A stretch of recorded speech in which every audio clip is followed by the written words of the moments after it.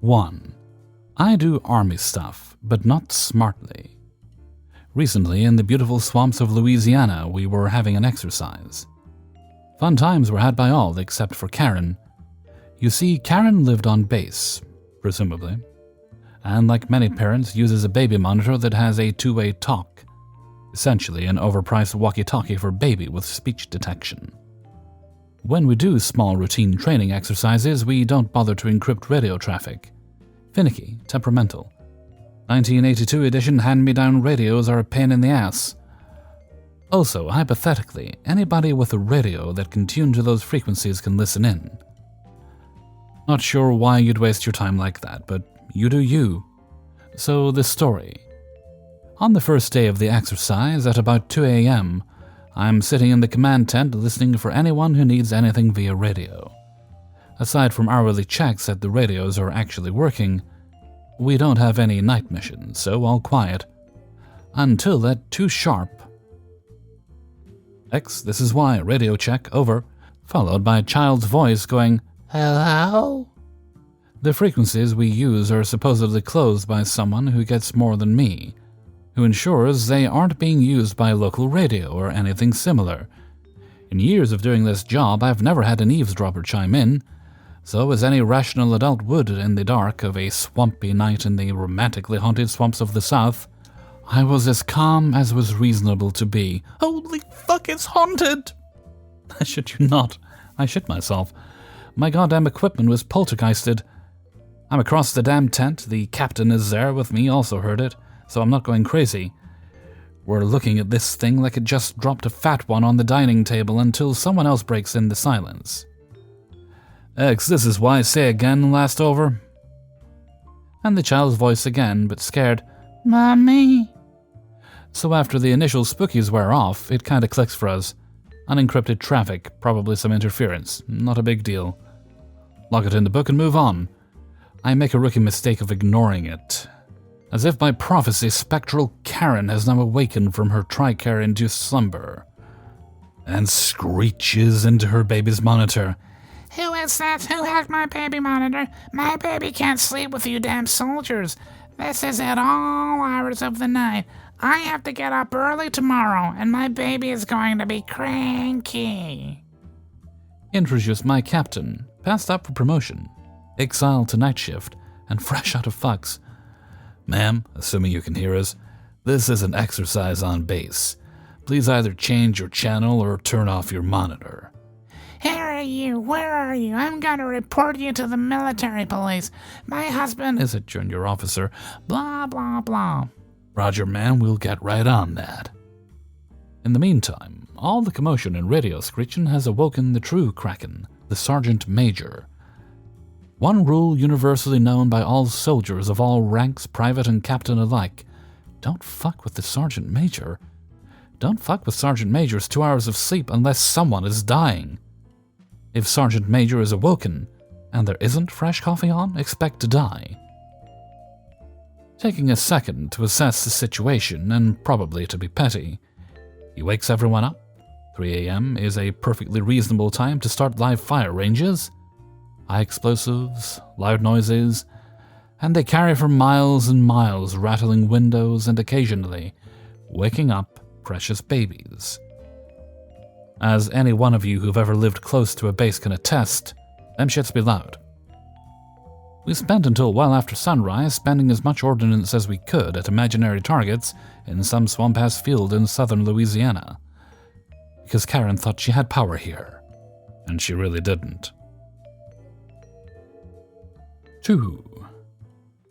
So back when I lived in Washington, I was living in an apartment with 3 roommates, and they were my wife, my sister-in-law, and brother-in-law. We had 2 pets, their dog, and our cat. They will be important later. We had started living with my sister and brother-in-law, since they had just moved out of their families' homes and they were brand new to the whole concept of renting an apartment. Right from the start, they were troublesome, to say the least. In the state of Washington, in order to start renting, each person needs to fill out an application, provide proof of employment, and show that you're receiving a sustainable income. Total income among all individuals applying. My wife and myself got our parts done about 2 months before the move-in date. They, on the other hand, kept procrastinating and making excuses as to why they couldn't get that information. I honestly think they were just being lazy, and they finally got the information in about 5 days before the move-in date. My wife and I were panicking a lot before this point, since we were already moving out of our old apartment in a few days. We already had the paperwork signed, and we wouldn't be able to afford this new place on our own. After we got all moved in and got past the rocky start, which sister and brother-in-law did not apologize for causing, everything was going just fine for the first couple of months, until I started noticing wet spots on the carpet. It was urine from their dog, and when I pointed this out to them, they said they must have forgotten to take the dog out last night. They cleaned it up, and that should have been the end of it. 1 week later, there was another. I cleaned it. Next week, another, and later on, it was almost every other day I was finding fresh piss on the carpet. I mentioned it to them each time it happened, as did my wife, and after about a month of this, they both went off on a verbal tirade against both me and my wife, stating, "This can't be all from our dog. Some of it has to be coming from your stupid cat, and it wouldn't be happening if you took better care of him." Every one of these urine spots was 2 to 3 times the size of my cat. He wouldn't be physically capable of producing that much urine. And I cleaned his litter box regularly, so their claims were absolutely false. This whole issue continued until the end of the lease. There are other smaller things they did that made them insufferable as well, but this was the big one. They kept denying that they were responsible for the mess and later tried saying that you and your wife are responsible for the apartment since your names are on the lease and ours weren't. Yes, they actually said that, completely ignoring the fact they signed the motherfucking lease too. The lease was finally ending. We were all getting everything ready to move out, and we were able to get the apartment inspection done a few days early. But then we received the end-of-lease bill. On the bill, there were charges totaling around $700. When I inquired why the bill was so high, the leasing office told me that during the inspection, they found the carpet to be absolutely soiled with urine in all the rooms, except for the room which I shared with my wife and cat. Go figure. All the carpet in the apartment had to be replaced, and the $700 was due after deducting the $200 deposits which I paid for. I was livid, as was my wife, and to top it all off, they did not pay their part of the last month's rent, about $580. In the end, it was about $1,300 that was due to be paid, and of course, they claimed they couldn't cover it and would pay us back later. The following day, they left town and stuck my wife and I with the bill, and to this day, they have not paid back a single fucking dime. My wife and I completely regret letting them live with us. 3. When I was in college, I went through a pretty bad breakup. I was distraught, and in a very uncharacteristic move, I decided to funnel all the feelings and emotions from said breakup into learning a new hobby, instead of just sitting depressed in my dorm room. So I decided to start working on sewing in my free time. I grew to love it, and soon I was spending most of my free time outside of schoolwork on projects and commissions, all of which were self-taught. Eventually, I decided to try to get a part-time job on the side to make some extra cash. I ended up getting a position at a well-known sewing and crafting chain. I worked at this place for approximately a year and a half, and through that time, met a ton of great people. The majority of the staff became like a second family, and many of the customers were regulars, so we got to know them and their projects pretty well too. Well, one day this lady comes in, looking back on it, very much a stereotypical Karen, haircut and all. We'll call her crazy because, well, up until the end of my story, that is what my friends and I actually called her. She never actually introduced herself. At least, not that I can remember. Crazy came into the store one day and came up to the fabric counting counter. It's protocol in the store to start up a conversation with the customer where we ask what they're working on, then suggest things they might need to buy to complete a project. I struck up such a conversation with her. Let me take a quick segue and give a little bit of extra context. At this point in the story, I had saved up for around 6 months and had just recently purchased an embroidery machine. I was working on building up a portfolio of work and was making embroidered iron-on patches as commissions for people. Lots of fun stories about this too. I was undercharging for my project since I was new to it, so I started talking to Crazy. She explained that her granddaughter was going to be graduating high school in the coming spring, and she wanted to make something for her. She had literally no experience with sewing, but she wanted to make a fleece quilt. Her granddaughter was big on the high school cheer team, so she wanted the quilt to be sports and cheer themed. It was an ambitious project, especially for someone who had no sewing experience, and the ideas that she had were pretty elaborate. Being a people pleaser, I explained to her that I worked on sewing and embroidery projects in my spare time, and I would be happy to donate a bit of my time to embroider a few of the quilt squares for her. Stupid, I know.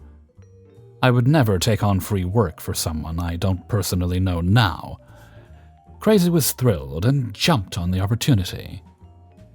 I gave them my phone number, a huge mistake, and vocally, another huge mistake, gave her a list of things I would need from her in order to do my part. I needed the images and phrases that she wanted embroidered. I was willing to embroider up to 10 or 11 squares. Part of the deal was that she would provide the fleece for the blanket. She would need to provide either the entire piece of fleece uncut, or she would have to provide the pieces cut with the seam allowance on them. At a minimum size that would fit in my embroidery hoop, approximately 12 by 8 inches, with a maximum embroidery field of 4 by 4 possible for me to do. I didn't know of floating embroidery at the time, so that wasn't an option. Another part of the deal was that she would provide the embroidery thread. I showed her our display and showed her what brand and type of thread I used. I would provide all of the stabilizer and thread check. I also explained to her that my priority was my schoolwork, then my job, then her project. I was in my senior year of a very difficult, intensive program for school, and I was doing this project for free, so I needed her to be patient with me. Crazy thanked me profusely and went off to purchase her materials. She told me that she would bring everything back to the store when it was all ready for me to do my work. A few days later, one of my coworkers called me and said Crazy had dropped by her stuff for me. I was like, okay, cool.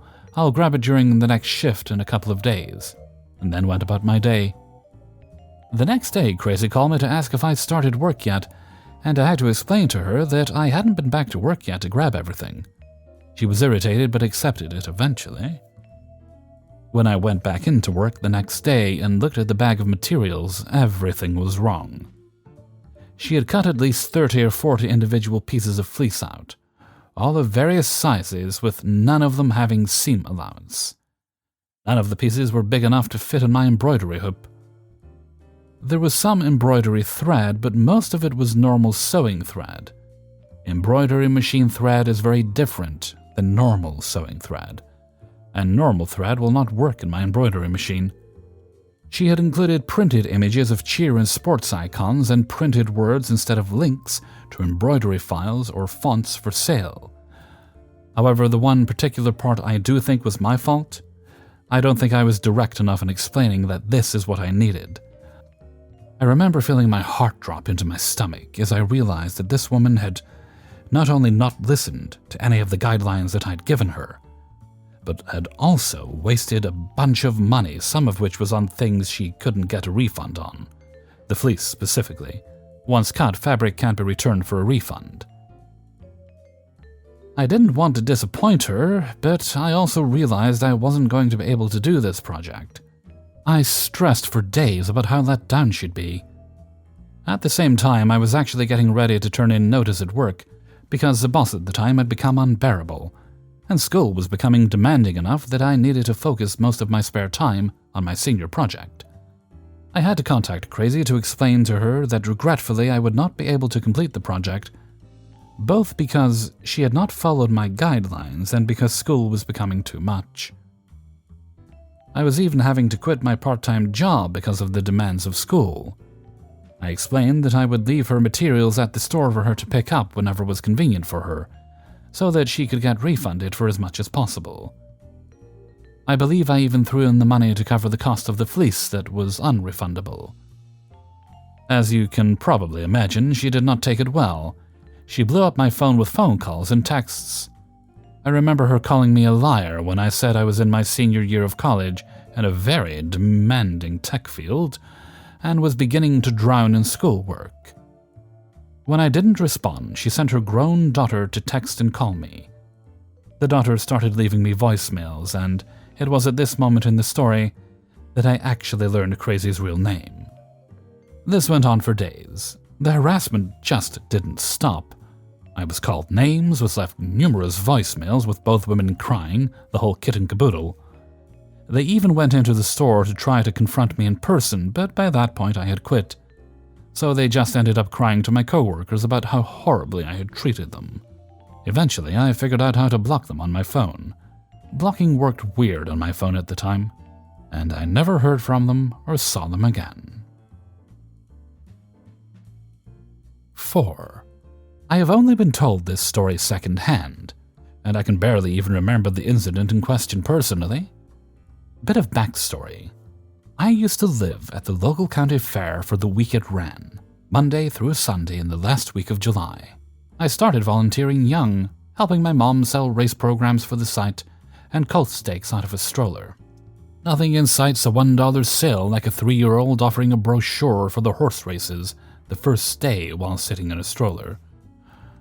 Me and my sister helped out with little things, and in return we usually got free things, like wristbands for rides, or to get into tractor pulls, or the beloved demolition derby on Sunday. My dad, one of the directors, did and still does display old farm equipment in the corner of the grounds on the other side of the fence from the beer tent. Bonus free musical entertainment until 11 p.m. or 1 a.m., depending on whether it was a weekend or weekday. The grounds work double duty every third weekend in August to host the State Woodsman Field Days, a big logging exhibition and competition. Dad is the tech support, so again, free admission whenever I might want to go. The parking lot is a little bit difficult to explain. It isn't owned by the Fair Association, but rather some is owned by the nearby school, and the rest is owned by a farmer who lives a half-mile away from the grounds. Years ago, it used to be a dirt road that ran from the school bus garage along a creek and then turned a corner to the back by the rear gate by the beer tent, which was also access to the fair office. 2 more small dirt roads converged from the bridge across the creek that was the gate onto the grounds. It was a little triangle area reserved for handicap parking. The road has since been paved, but a lot is still grass. And I can probably tell you the number of entitled Kens and Karens that tried to park there, but this isn't what this story is about. So, fast forward to 2006, I was 16, just got my working papers so I could legally work as a minor, and decided to be a parking attendant during both the fair and Woodsman's. The boss, Hank, was in charge of the parking attendants and was not a fair director or Woodsman's volunteer.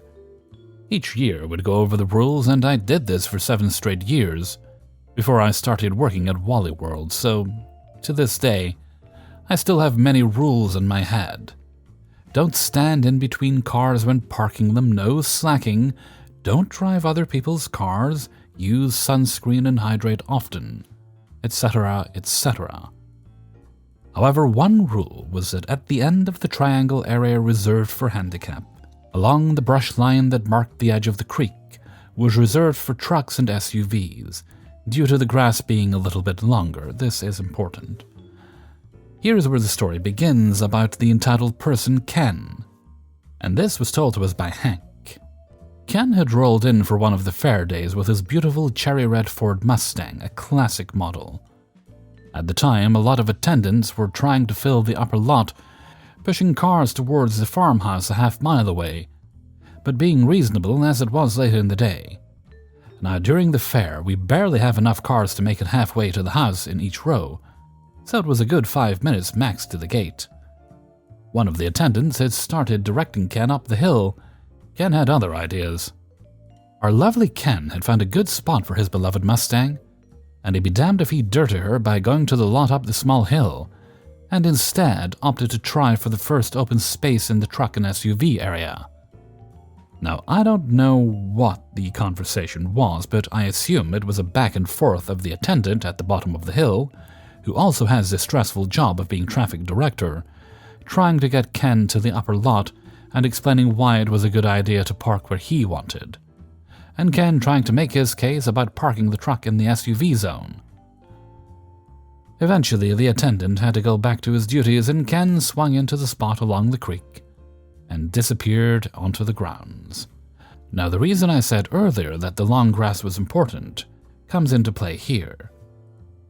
Because this particular transition from July to August was particularly hot and dry, and some car enthusiasts might be thinking right now, yeah, it was only a matter of time. The hot exhaust system in a lower clearance vehicle was in contact with the long, dry grass, and before long, there was smoke under the nice cherry-red Mustang. And then fire. The fire department was called, but by the time they got there, the car was fully engulfed in flames. When all was said and done, that beautiful car was reduced to a burnt-out husk. All because Ken decided to park where he wanted. All 7 years I worked with Hank, we were always told this story as a warning. But leave it to an idiot in a Mustang to make a stupid decision and win a stupid prize. 5. Several years ago, I was working as a job estimator at a construction company. Our work schedule was 4 10-hour days and off on Friday. Me being one of the estimators, I had to check on jobs daily in the field as well.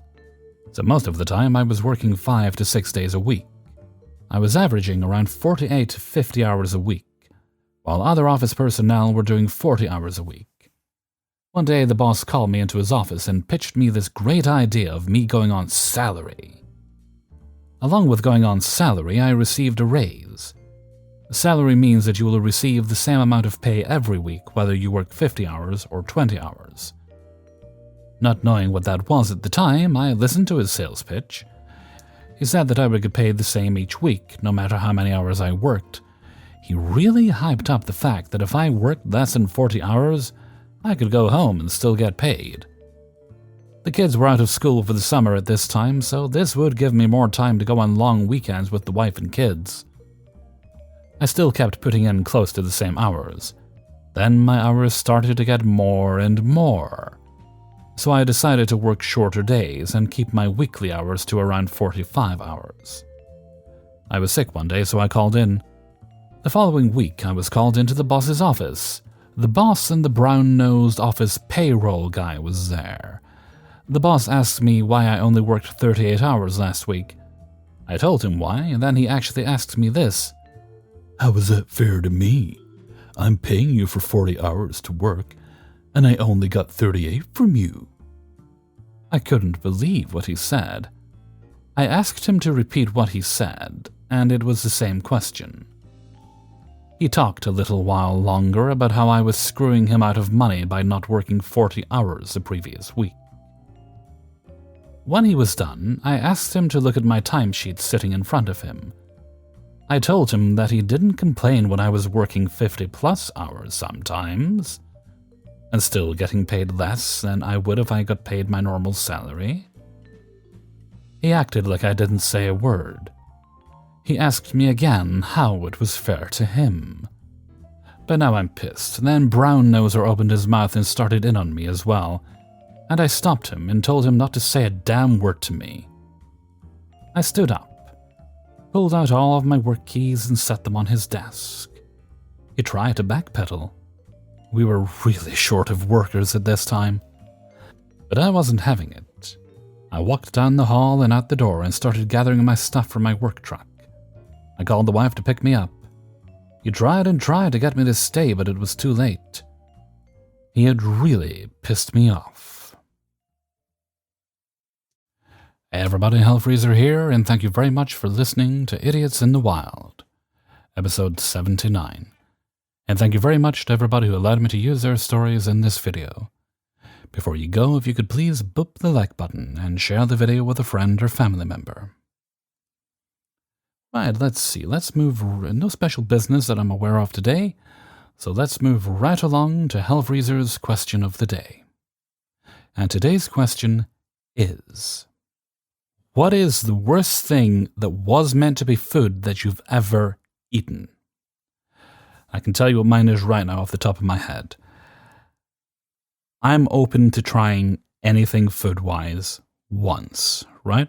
I'm especially interested in trying substitutes for things that, like if it's an animal product, if it's meat or fish, that sort of thing. If there's a vegan or vegetarian alternative, I'm open to trying it. However, I won't name the product name, but I expect some of you out there will know which one it is. It was a can of vegan tuna or plant-based tuna, and it was the worst, most vile excuse for food I have ever tasted. I was offended by the fact that they would put this in a can and call it a food product and try and pass it off to the consumer as something edible. The taste was that bad. But you perhaps have had worse experiences than I have, so please do let me know in a comment below. Okay, and with that, I'm gonna head off for now. So until next time, thank you very much for listening, and take very good care of yourself.